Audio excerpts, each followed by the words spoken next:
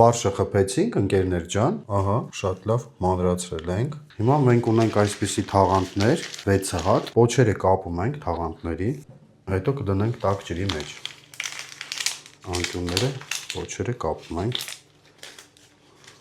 դնում ենք ջրի մեջ, թրջրի մի քիչ կփափկի ինքը։ Մենք ունենք ահա այսպիսի սպրեյ, ինքը նախատեսված է մսի համար։ Եթե ուզում ենք միսը առանց օդի նորմալ ստանանք, սրսկելու համար է սպրեյը, հենց հատուկ նախատեսված է այսպիսի բաներ պատրաստելու համար։ Կլցնենք ֆարշը։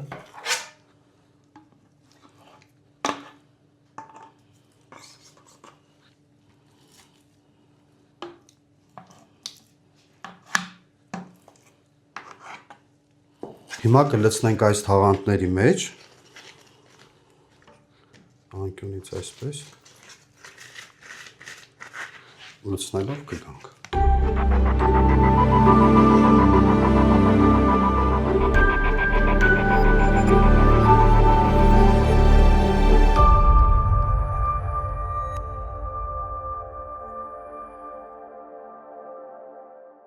Մենք լցրեցինք թաղանթների մեջ, հիմա կդնենք աղ, բայց ստեղ կարևորը ինչն է ընկերներ ջան։ Մենք պետքա թաղանթներից հիմա հանենք, աղի մեջ պտտենք եւ դնենք աղ, որը որ միշտ արել ենք մսի հետ։ Հիմա դուք կհարցնեք, բա ինչի համար լցրեցինք թաղանթների մեջ, որովհետեւ տնային պայմաններում մենք չունենք տեխնիկական մեծ սպրեյ, երբ որ այդ ձևով արվեր, միանշանակ մենք չենք լցնի թաղանթների մեջ, բայց տան պայմաններում պետքա այս ձևով արվի, որովհետեւ մենք այս չափը չենք կարա ստանանք։ Հաստ դիամետր ստանալու համար պետքա լինի սպրեյ, ըստ դրա դուրս կա թաղանթ։ Հիմա այս դեպքում մենք անում ենք այս տարբերակով։ Իրան սենց հանում ենք։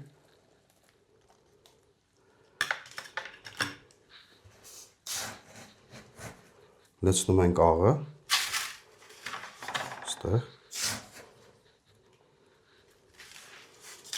Եվ լցնում ենք աղը մեր ամանի մեջ։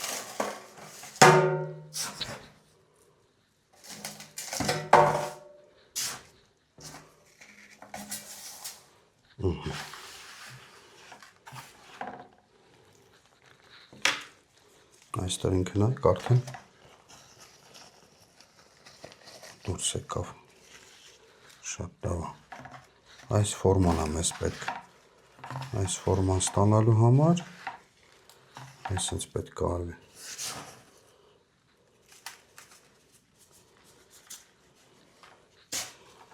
ինքը արդեն կամրանա։